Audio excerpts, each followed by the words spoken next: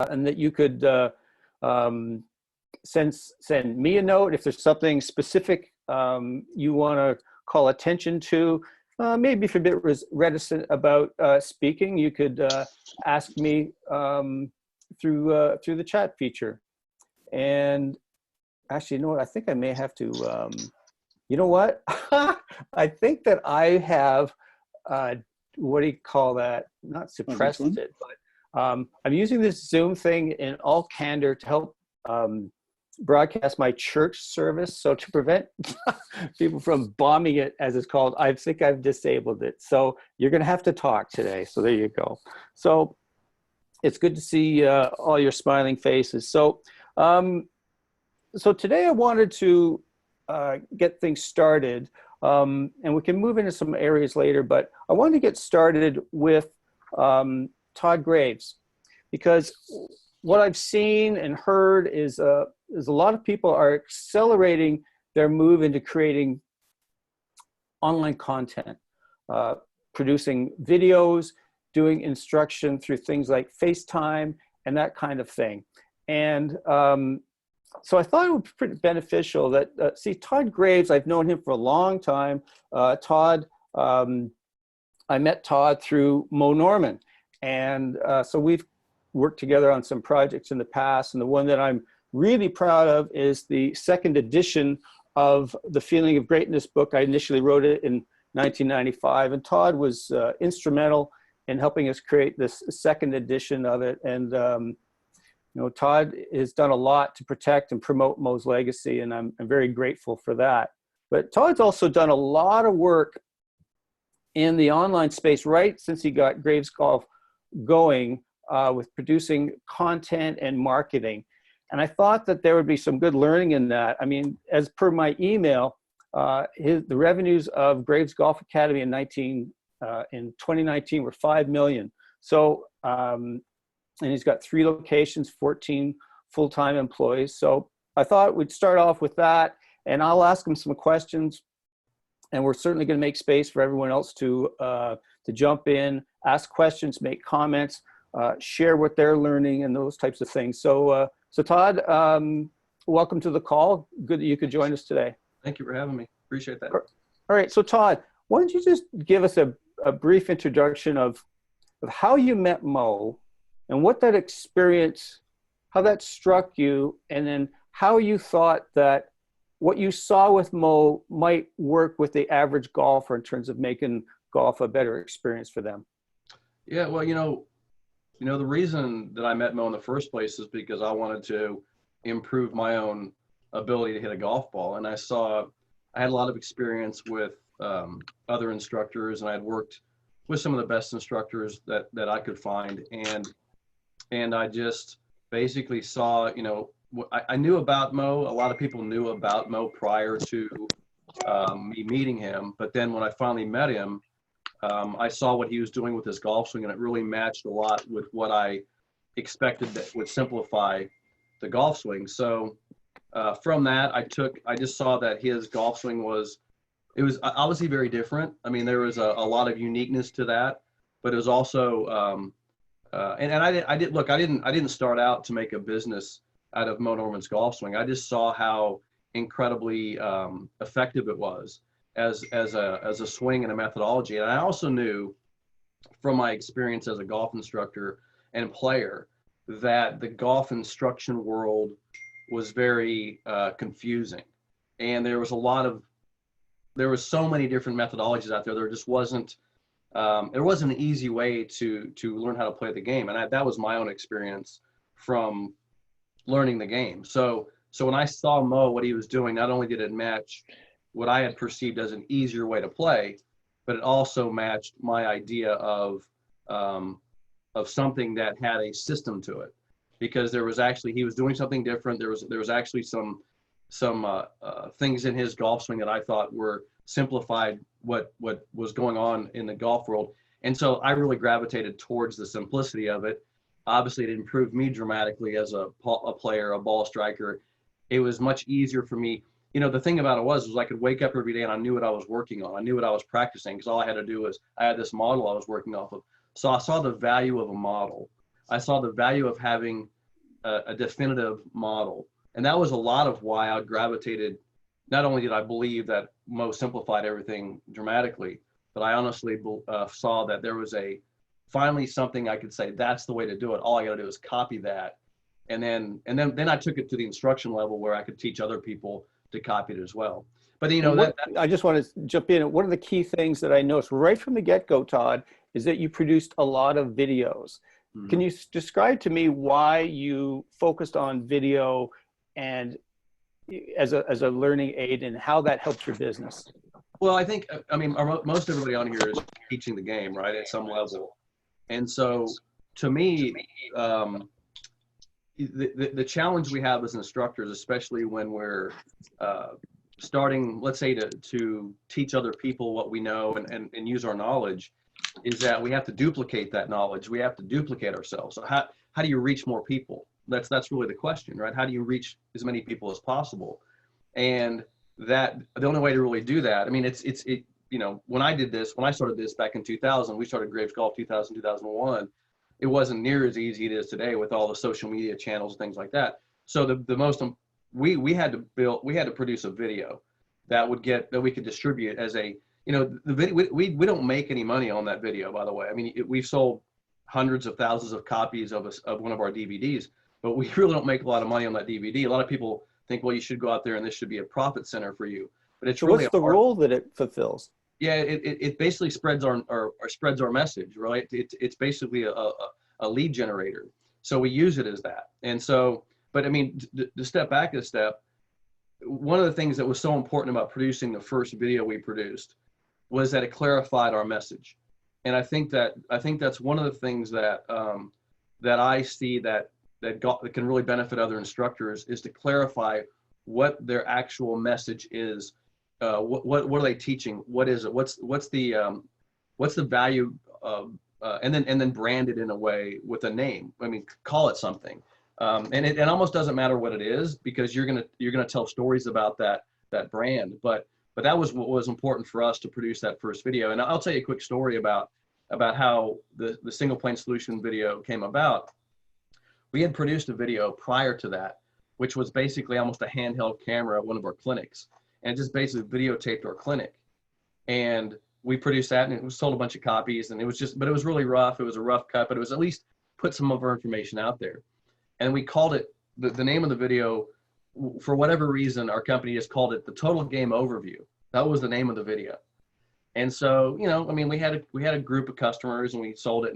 And then one of the smartest things I ever did was I brought in a guy that knew marketing, because I didn't know marketing at the time. I knew nothing about it. I'm a golf teacher. I wanted to teach golf. I'm a player. I wanted to teach people the game. And we had this meeting, and we sit in this room, and he goes, "What is the name of your primary product? If I walk in here right now, what would you sell me?" And we said, "Total Game Overview." And he goes, "What the hell is Total Game Overview?" That's the first thing he said. And I said, "Yeah, you're right. It doesn't define who we are, what we do." So that was, he goes, "We need to brand this in a way so when people pick it up, they know exactly what they're getting," which why we developed a single plane solution.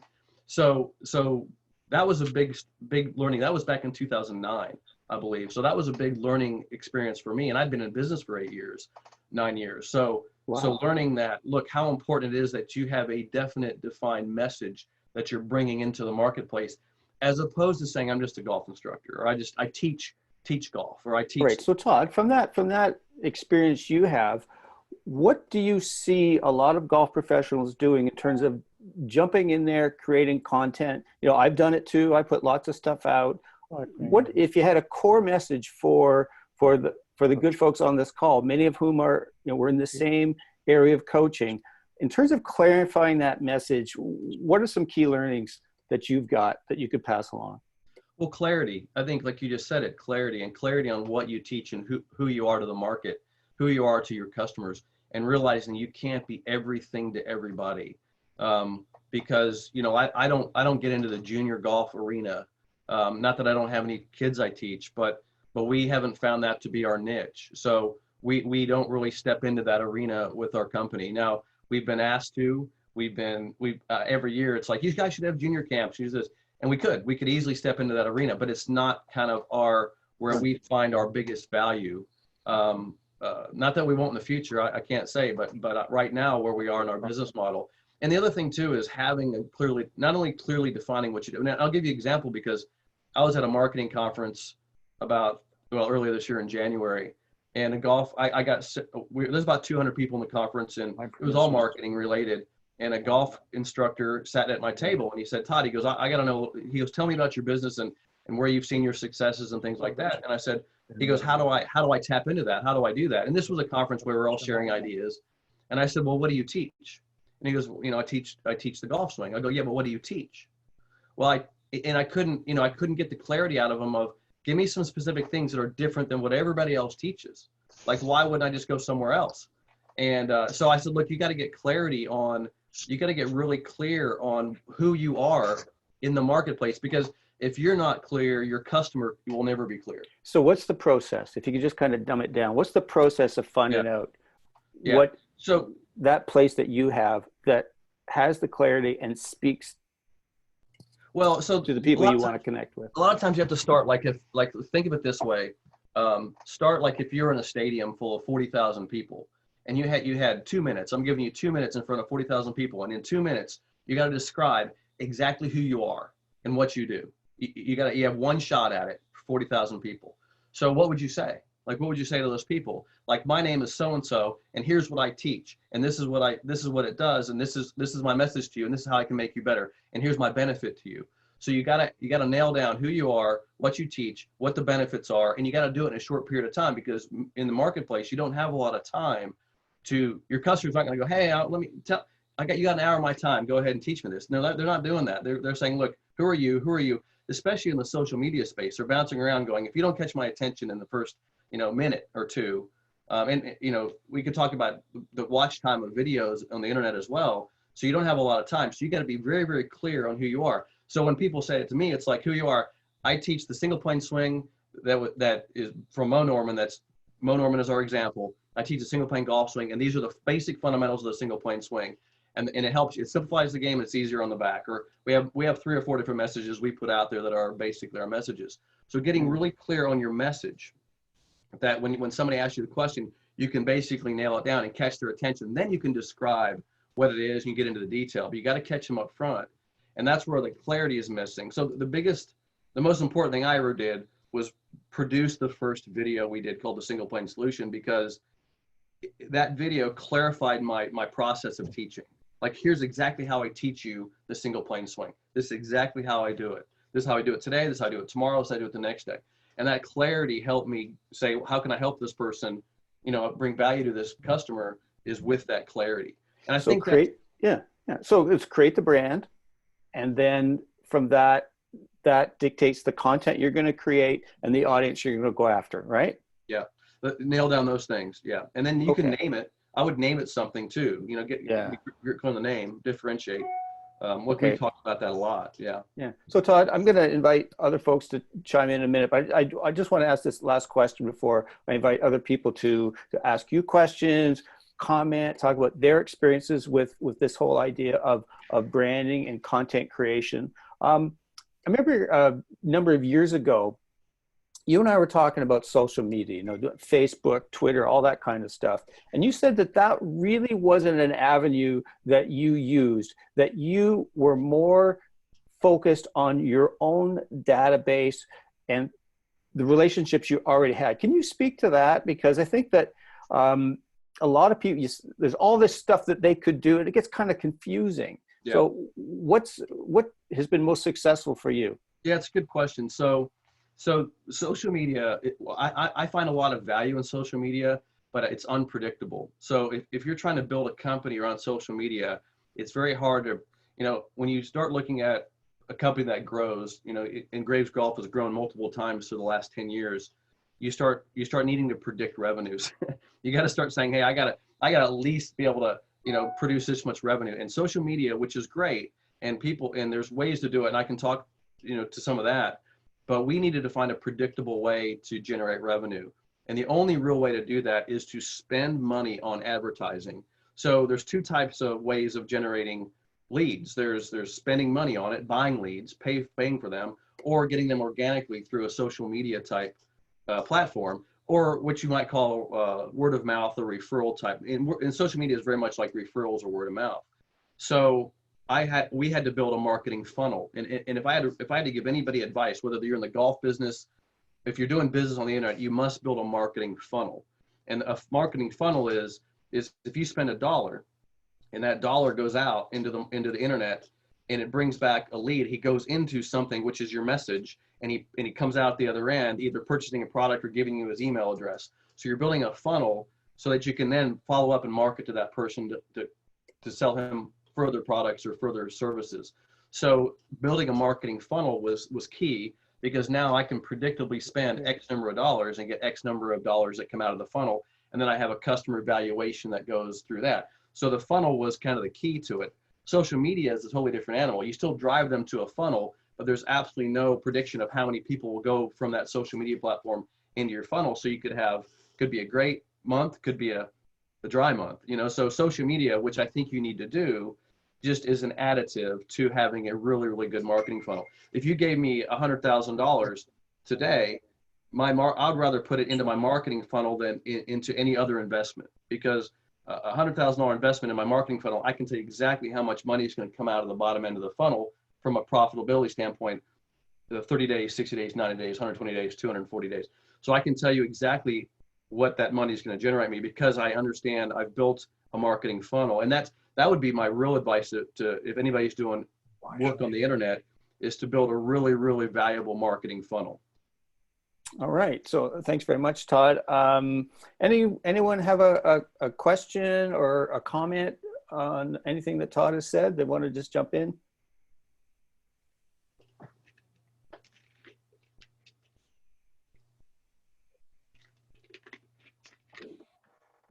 Yeah, I do. Todd, what's your main, is it golf schools? Like I've looked at you online, but like how are you generating that much money? Is it mainly golf schools, like multi golf schools? Yeah, so it's a good question. So we have basically, one of the things I think is important is to diversify where your revenue comes from. So a third of our revenue comes from online training. So a membership site, which has a component where you can send in videos to our coaches. We can analyze the videos and send them back. So it's a live coaching experience, but we also have tons of content that you pay for. So there's a paywall, and you're a member of our content. So that's about a third of our monthly revenue. Another third of our revenue is actually the golf schools, which are the hands-on golf schools where we have across the country. That's about a third of our revenue. And then the other third of revenue is product sales. And when I say product sales, it's specific products built to our training methodology. So it's not that I don't sell third-party products, because if they work, I'll sell them. But 90% of our products are built for our training methodology. So I've custom built products that you only can get through Graves Golf that enhance the learning of the single plane swing. So it's product sales, it's online coaching, and then it's online training. It's the live training golf schools. It's 3 parts, but that's the diversification of the income streams. And we have a couple smaller ones that are out there, but they don't generate that much revenue.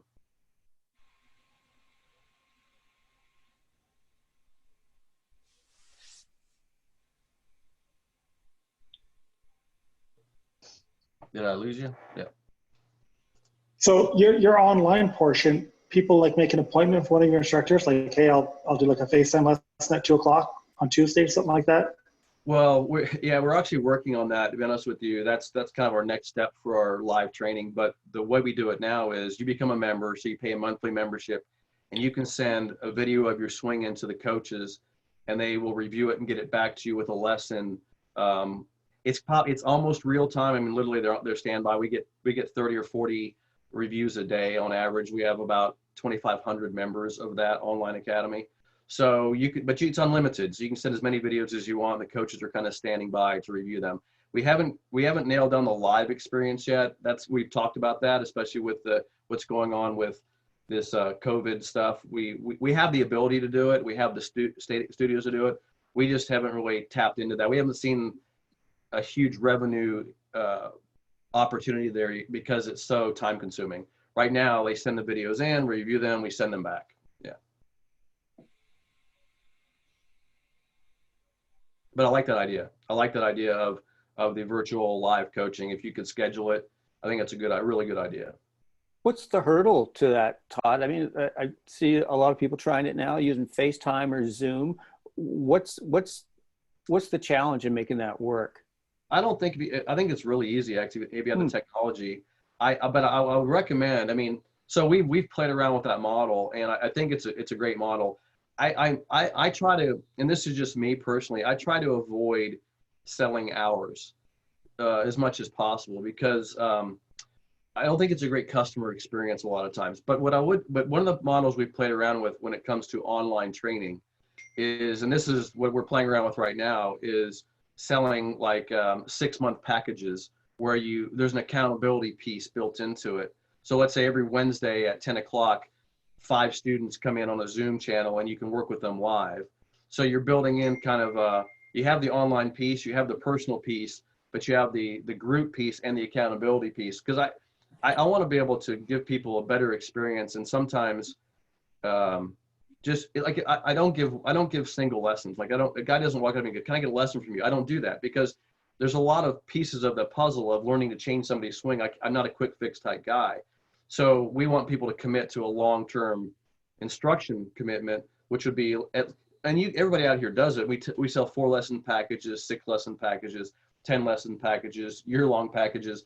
So I would try to sell a long-term package via live internet teaching. That's what I would try to do, just because you're able to commit that person into a longer-term instruction, get them, because the technology piece is the hardest piece of this whole thing. Once you figure that out, training them in a consistent way, and then your revenues can increase because you can charge them more money because you're teaching them a package of lessons versus just individual. So I would lean always towards packages or longer term instructional. You're going to have a better experience with the customer.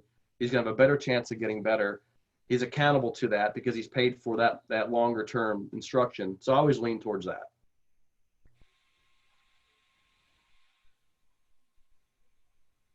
All right. Anyone else have a question or a comment on what they've heard from Todd? Go ahead, George. Hey, Todd, George McNamara, thanks for being here today. We really appreciate it. Thanks, George.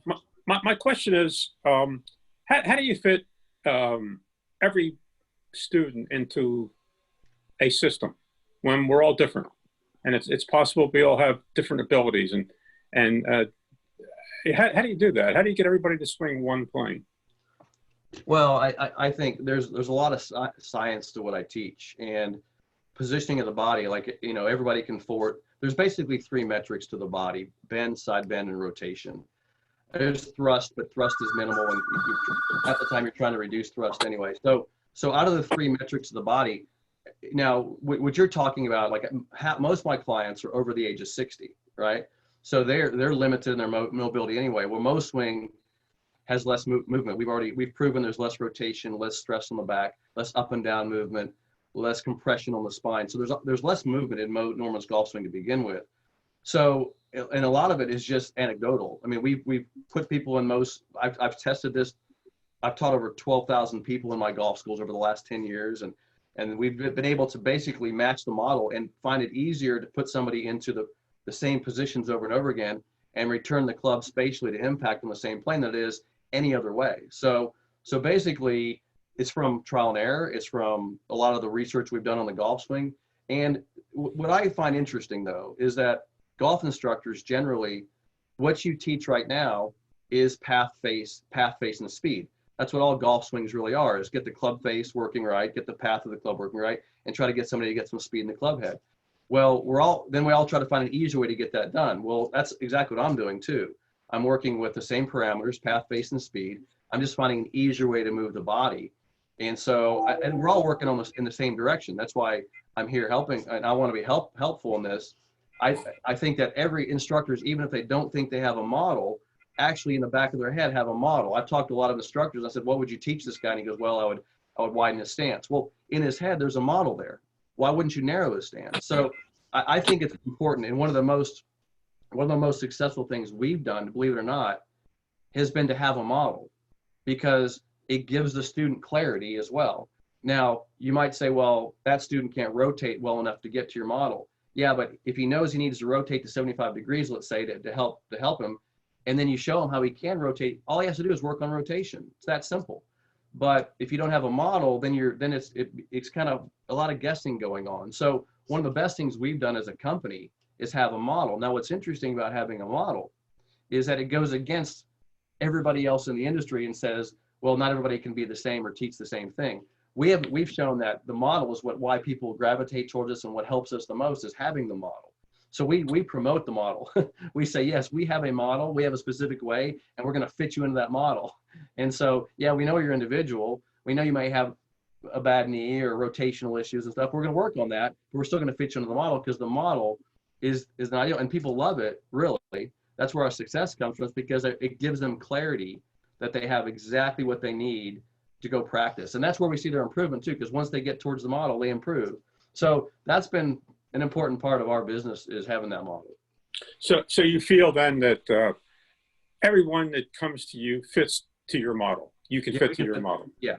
Yeah. As long as they can move, as long as they can bend, side bend, and rotate. Now, they may not have as much rotation as the next guy, right? I mean, guys are limited, especially in the aging population. That's who our niche is, the aging population. But everybody can rotate, bend, and side bend, or they wouldn't be playing golf when they come to us.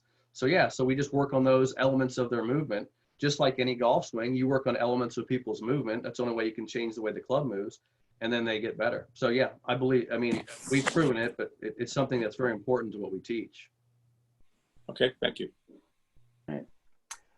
I saw Tracy Lewell here. Tracy, are you still on the call? I mean, she might have just bumped off. Or oh, there you are, Tracy. I might be putting you on the spot a bit here, but I was just getting some more of this. Is that coffee or scotch? It's only coffee, by the way. Okay, I find it during the virus thing, it could be whatever time you want. It's like Vegas. What day is it? Exactly. You know, what the heck? What time? Anyways, so I've known you for a number of years, Tracy. You've taught marketing. You're in the golf business. What's some of the things that you've heard Todd say that you think kind of resonated with you, that you think could be a definite benefit to the folks on this call? First of all, can you hear me okay? Great. Okay, good.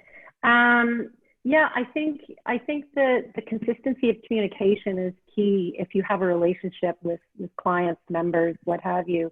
Right now, staying in touch with people is critical. I'm involved with a couple of other businesses outside of the golf industry. And the conversation right now really is about being very careful about messaging and not looking like you're capitalizing on the moment and trying to hard sell people. So looking at ways to add value through your communication channels is key. So Todd's talking about, adding value through lessons and online content that you may not necessarily be monetizing right now, but continuing to add value is key. A lot of people disappear during these times. And to be honest, my personal golf business is consulting to the golf industry and to corporations and to women. And it's essentially non-existent at the moment, because that's, on the consulting side, people are like, there's no direction at the moment. But for golf professionals, for businesses that exist that have a community of users, of members, consistent communication is key. But my personal feeling at the moment is, whether we like it or not, golf is not an essential service. People are concerned for their health, for the safety of others, and we need to be very careful as an industry how we position what we do right now and try and add value to people's lives in positive ways. Well, Tracy, I'm going to invite you. So your company, the consulting you do, is called Her Golf Mentor. So I would invite you to give us just a brief description of that consulting service, and then maybe to look a little bit into your crystal ball, if you will, of how is this virus perhaps going to change participation of women in the game. I don't know. This might just be a guy thing, but I'm wondering if women are going to be that much more prudent and careful and less willing to go out, maybe take that risk of infection. I don't know, but just I invite you just to speak to that. Multi-pronged question. So first off, Her Golf Mentor is a consulting company. that deals with female engagement at its core. And I have 3 types of customers. So I work with individual women and building them a plan to get into the game. So it's a unique role in the golf industry. So I'm a middleman. I work between the women who want to get into the game and the suppliers being venues, golf professionals. So I build a plan for women. Secondly, I work with corporations and building golf proficiency and programming for women in leadership within companies. And then third, I work with golf industry partners on female engagement strategies. So most recently, I've been working with Club Link on a female engagement strategy over a 3-year period of time to help them build proficiency and best practices and essentially more women playing golf at their golf courses. So the second part of your question, Tim, I don't see this as a gender. I may be wrong, and I'm looking at a lot of research. I have access to really interesting data real time. There's a company called IMI that's producing once a week kind of a dashboard of consumer sentiments from around the world that's quite relative to us in the golf industry. If anyone wants, Don Mayo is the gentleman who is the executive director of the company. I don't think sentiments about the virus is a gender issue yet. I haven't seen that. The main impact that I see would be more around any woman thinking about starting to play golf this year probably won't. I think and again, that might not be a gender issue, but there's a huge opportunity in the golf industry right now to attract women to the game as new players. That was a lot of the momentum that I was working on and will continue to work on. I see that really as kind of on hold. The conversations I'm having are around 2021 programming, to be honest with you. Most of the events that I had in place are canceled / postponed. I'm also involved in a sports and entertainment business. It's another business that I, as you know, Tim, XMC, and you know, we're involved in multi-sport event entities, and I mean, not much is going to happen in the summer of 2020. So start to get prepared for 2021, and in and around creating programs that for women that want to start communicating that now. But I don't see a lot on the execution side. I just don't. Okay, well, thanks, Tracy. And again, I invite anyone who wants to ask anybody on the call a follow-up question or anything like that to just raise your hand and let me know. But maybe I'd ask Harry Hammond right now. Harry, you're owner of, I forget the name of your course in Pennsylvania, if you could remind me in a minute, but how does what Tracy is saying about participation in golf in this year in terms of events and things, how does that resonate for you? Well, we're very much concerned. I was on a call this morning. We do a charity pro-am in August for Make-A-Wish, and we generate $65,000 to $75,000 a year from that tournament. The chairman of that tournament has reached out to the sponsors. We have 4 major sponsors, and they're very negative about doing anything for the tournament this year because of the uncertainty of when we're going to get started and also how their businesses are operating. I'm very much concerned about the rest of this year, when we get started, and when we start, how much business we've already lost. That business alone to our facility generated somewhere around $75,000. And that's just one example of the businesses that are either canceling for this year, or we have made an effort to try and reschedule. But most of that is a very reluctant, well, we'll see how it goes. So as far as our memberships right now, the dues are paid, so they're committed for this year. But now the question becomes, what happens with the re-ups next year for 2021 after having lost the first several months of the year. We hope that's all they've lost. So they're my thoughts on it right now. We have a lot of staff that we hope to bring back that are drawing unemployment right now. And the only thing we were offering to our membership was takeout food service. That has helped. We did about 100 dinners for Easter for our membership. But that doesn't pay all the bills for a very long period of time. All right. Carlton, Dove, what's going on in Kansas in terms of how golf professionals and clubs are responding to what's going on with the virus? And like, how are people, how are colleagues of yours, golf professionals, coaches, how are they getting by and surviving and thriving?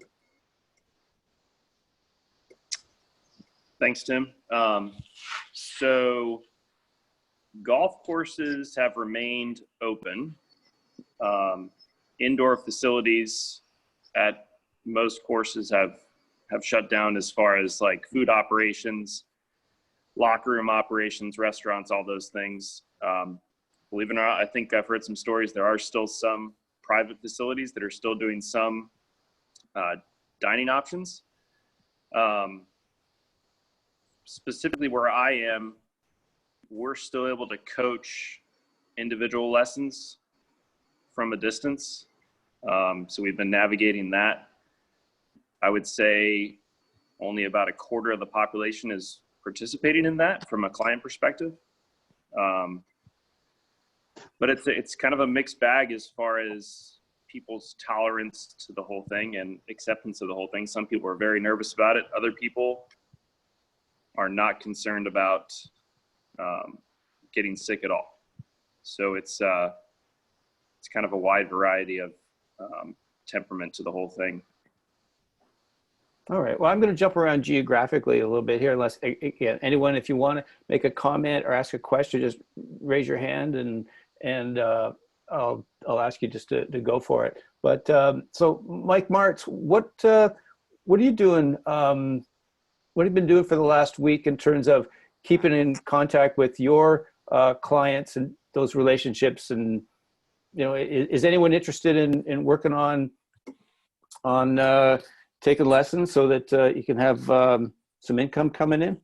No, not really. I've been online just sending messages out to my clientele, just really more of a probe as to how they're doing, how they're feeling, and not so much golf related stuff, but just trying to keep kind of open communication lines there with my clientele, letting them know that I'm still here. Hopefully they're still there. And when it's all done, you know, we can get back together and you know, get working on letting them have a little more fun playing golf. But I've done a couple of little videos for some people that have asked. I've put some stuff out to my clients, even, you know, a little bit on exercise and some dynamic work, some stuff they can be doing at home.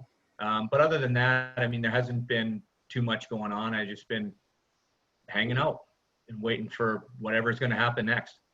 And I've been hanging out with you, talking to you at times. Yes, I've enjoyed it. I think I've been on about at least 3 or 4 podcasts and webinars a day. So, you know, just kind of taking in everything that everybody's offering right now to you know, even for myself, just to keep self-directed education going on a daily basis, so that when this does clear up, hopefully I'm a better version of me. Yeah. Well, it sounds to me like one of the things you're doing is maintaining relationships, and so it sounds like it's more about caring for a person as an individual, that I like sending a message, and I mean authentically, that I care about you and I want to be in contact with you. And I got to think that that's, you know, to me, it's all that cycle of giving and receiving. What I put out can come back to me. Well, I think you have to look at it that way. I mean, if you're in the teaching business and you look at your clients just as walking, talking tanks of gas, you know, I think you're certainly going to have trouble perpetuating that business, because you're going to have to go find new people every week. So If you can just maintain those relationships, and for those of us that have taught for a long time, and you've had people you probably taught for a whole long time, and you have people that you maybe only see a few times, but it's those relationships that continue to grow. And then, even if it's somebody just inquiring, you never know what's going to grow from that. I mean, they may be the president of a company that all of a sudden wants you to do corporate client clinics or something. I mean, there's always something that you can build from whatever contact you have with people, and you just can't say, well, okay, well, I don't know if that person's really worth my time right now because this person I think is more important to me.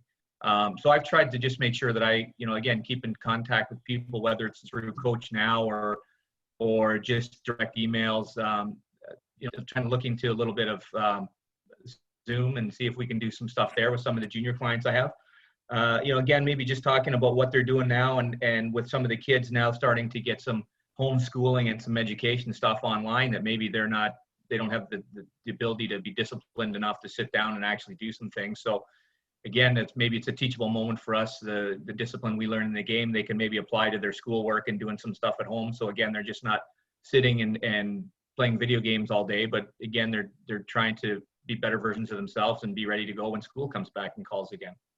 Yeah, I'm gonna ask Ralph to step in here in a second. I just want to chime in on what you're saying. I think so much of what we do as coaches is it's all about relationship.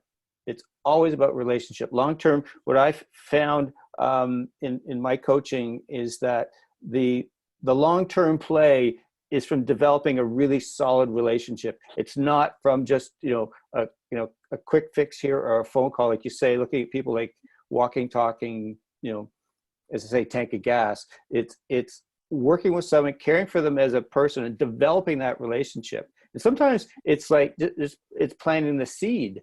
Sometimes people don't come around for 6 months, a year or so. So it's amazing how long that kind of incubation process can take. No, absolutely. Sorry, were you still directing that to me? Yeah. No, I agree 100%. We have to, you have to look at what we do. I mean, we're not solving COVID. We're not, building the vaccine, and we're trying to help people have a little more fun in their recreational experience. So, the more that we can keep engaged with them and like Todd said, if you don't stay engaged, why is your client going to stay with you? Why don't they just go and go with somebody else? I mean, but if you're a person that's actually reached out to them and said, well, geez, that's pretty nice. The guy checked up on me when, I saw him twice last year, and he sent me an email wondering how I'm doing. Well, that's pretty nice. So right away, that if they're going to want a service, they say, well, geez, that guy called me like 3 times or sent me 3 emails in that 6 weeks we were locked down. And I mean, he's making an effort to be in touch with me. So, when I get back at it, if I want to do some stuff, well, maybe that's who I'm going to look toward. Yeah, exactly. All right. So Ralph, I want to ask you, it's been a couple of weeks since we had you on the call, and as many of our people on the call will know, you teach PGA Tour players. So how are you staying? Are you staying in contact with them on a pretty regular basis? Yeah, I mean, they're sending me video for sure. I mean, not a lot. Every day I'll get 2 or 3 from them, like total, right? So they're kind of taking it easy. I feel like, the ones that went into the lockdown with their games in pretty good shape are just going to let it ride out and not really do anything different. And, unfortunately that's kind of like everybody I work with was kind of in that situation. So nobody's really doing much different. I will say these calls have been great though. And, Todd, my mind's just going crazy with some ideas now to brand my own coaching. So I really appreciate your time there. That's awesome. No problem. Hey, I got one thing I want to throw out, if you don't mind. Go for it, man. One of the things we did right when this whole thing started, we're Oklahoma's late in the game here a little bit. I mean, they were shutting down Orlando and shutting down Phoenix before the Midwest kind of got hit with a lot of this stuff. So, we're a little late in the game when it comes down to how this has really affected us. But when we saw this happening, we started implementing a 90-day, setting 90-day plans. So we built these 90-day plans for our customers. And then we went out to them and said, hey, listen, no one really, and just to be fair here, a lot of my business friends and consultants, I spend a lot of time in the marketing world. I'm outside of the golf industry a little bit. and no one knows what to do in this whole situation with COVID. No one knows, not even the high level CEOs know what to do with this thing. So we're all kind of in the dark on how to figure out what to do in this time of our businesses being basically said you can't operate in a normal business thing. So what we did, we said, well, since we don't know what's going on, at least we can build a 90-day plan and get people to think. I think this thing's a 90-day deal personally, and then it may go further than that, but at least it's 90 days. So let's offer a 90-day plan, a goal-setting plan with our customers, where they call in, and we basically built kind of a portal where we can build them customized 90-day plans. But so it was our way of giving them something for free, which it doesn't cost them anything, but it also engages us with them, and it also gets them accountable to the plan. So now we can reach out to them multiple times in the next 90 days, say, how's it coming with your plan? Are you still doing your workouts? Are you able to hit any golf balls outside? Are you working into some nets? Are you working with the 3D system? Whatever the plan was. But it was a way of giving something for free, but giving us a reason to stay engaged, and was a nice gesture to keep engaged with our customers. So we did that. We started that about 3 or 4 weeks ago, and that has been huge for us, because my coaches are, my goal is to keep my employees all employed and keep the staff, keep them motivated. My job as a company COO is to keep people motivated, So my customers get attention from my employees, but I want to keep my employees happy and motivated. So this has really helped my employees, because they're engaging with our customers every single day. So just as an idea is have a 90-day kind of plan. And I work on 90-day plans anyway within our company, because I think you go further than 90 days, it gets very hard to stay accountable to anything outside 90 days. So an idea is just to develop a 90-day plan for whoever your clients are, and basically say, hey, I want to help you build a 90-day plan. What are you going to do for the next 2 weeks? Or what are you going to do on a daily basis? And build them a 90-day plan. And then you can call them once in a while and go, how's it going on your plan? So that's been really helpful for our company. All right, thanks, Todd. I love the piece, and a lot of the coaching that I do is around accountability. So what you're talking about there is a lot of self accountability, group accountability, and to me, what that provides is a good sense of structure. So that, even though we got this weird thing going on, I'll have to stay at home, and I can't go to the gym, I can't hit that many balls. But if I stay accountable and work a plan, I can still feel like I'm moving forward. Yeah, it's been a big thing for us, for sure. Yeah. Ralph, I want to just, in the limited time we have left, you've really stepped up your game. That's an odd way to put it. Maybe it's like I never used to see you doing much on the way of social media, but I see a lot now. Why did you move into that space? It may seem sort of self-evident, but what was your goal there? Yeah, thanks for that. So kind of like what Todd said, I was trying to, tap into my market, and, my market's PGA Tour players. So I kind of design stuff that's, on social media that's kind of,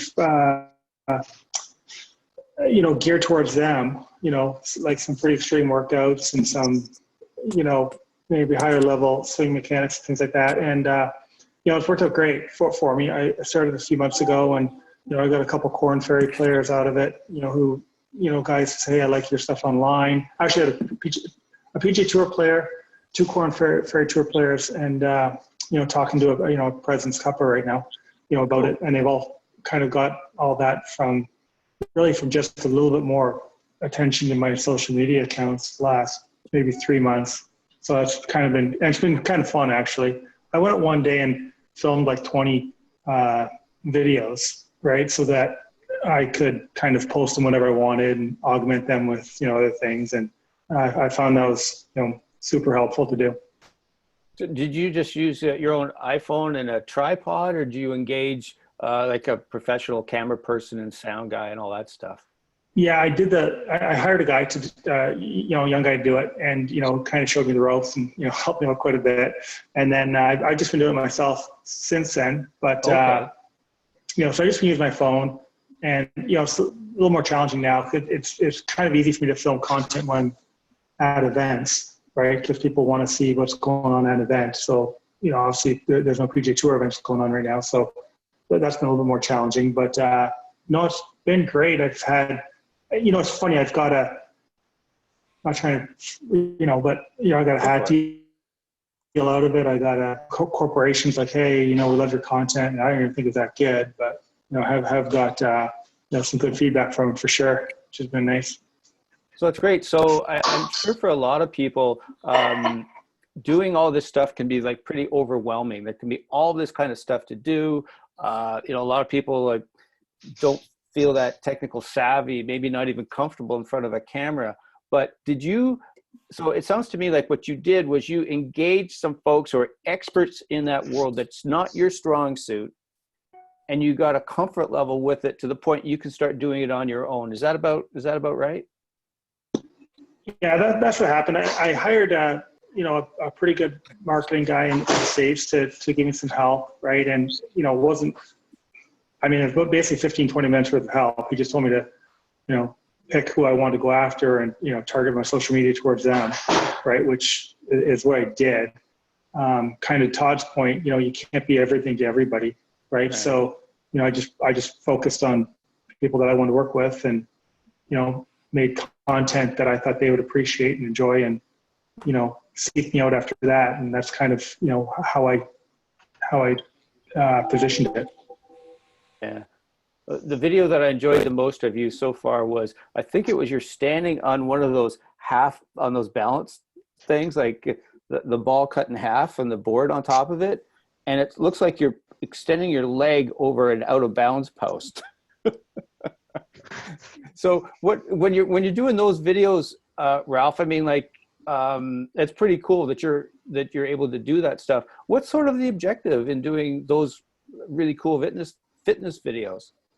It kind of goes back to what Todd's talking about, knowing your market, right? So I kind of, the people on the PGA Tour that gravitate towards me are people who like to work out and who, appreciate more holistic coaching, right? So I just kind of like to, show them I'm one of the guys, and I can, my regular clients, I go to the gym with them and we work out together. So, the people I'm trying to attract, I kind of wanted to put that out there too. So,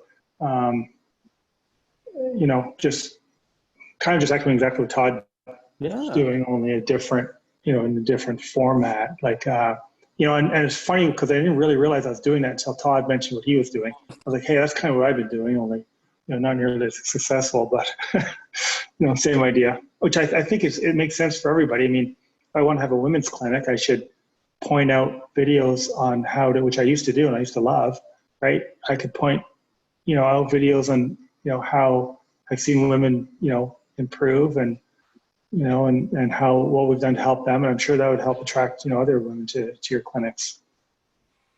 Yeah, that's cool. That's one of the key things that I've really been focusing on the last little while is who's my customer base and how's my message go to them and not just be, all over the place. So that's cool how you, you recognize you're marketing to those people in your niche. It's like the phrase that I've caught on to lately is go narrow and deep. So I got 1258. If I could make one more comment with Todd, so sorry to keep picking on him, but in terms of the people, in the golf industry, talk about a model, and people criticize the model and, talk about a model. Tour players, I didn't really think of it until Todd just mentioned it, but tour players ask me what my model is. They want a model, right? It's you wouldn't think so, right? But not all of them, but half of them, if you say they don't have a model, they're like, oh, okay, well, so-and-so's got a model, sounds easy to follow. So keep good work. Yeah. People want clarity. They want clarity. Can I make one point to that? Like in tour players, I don't teach. I have a few guys that are high-level players that I work with. That's not really my niche. But everybody, a person will not, and when I talk about coaching, there's two sides to it, Tim, right? All of us want to be as helpful and as caring as we can to our customers. And the other side to it is we have to make a living, or we want to make money doing what we love to do. And when I talk about the business side of it, people will only engage you, reward you with paying you if they're clear on what you can, how you benefit them. So until they get that clarity, no one makes the choice of choosing you. So in any marketing funnel, when people pay you, they pay you because they get clear on that's exactly what I want from you. And so it's clarity, and maybe that's the whole point of this today's conference is how can we get super clear on who we are in the marketplace, and that clarity is what will bring you that niche of customers, which then you can.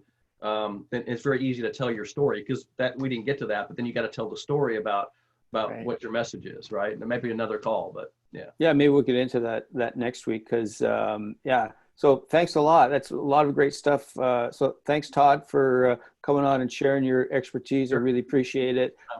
Good to see all you good folks coming together and sharing what you've learned, and yeah, I think that's what'll help us thrive through this. It's the coming together as a community, and I really it really fills me up that you're coming together like this and contributing to each other's learning. So so what next week I'll have the chat thing going. I'll do that again. So in the meantime, if there's something you'd like to see on the call, send me an email, tim@o'connorgolf.ca. There's something you don't want to see, or just whatever, because as I said before, these are your calls.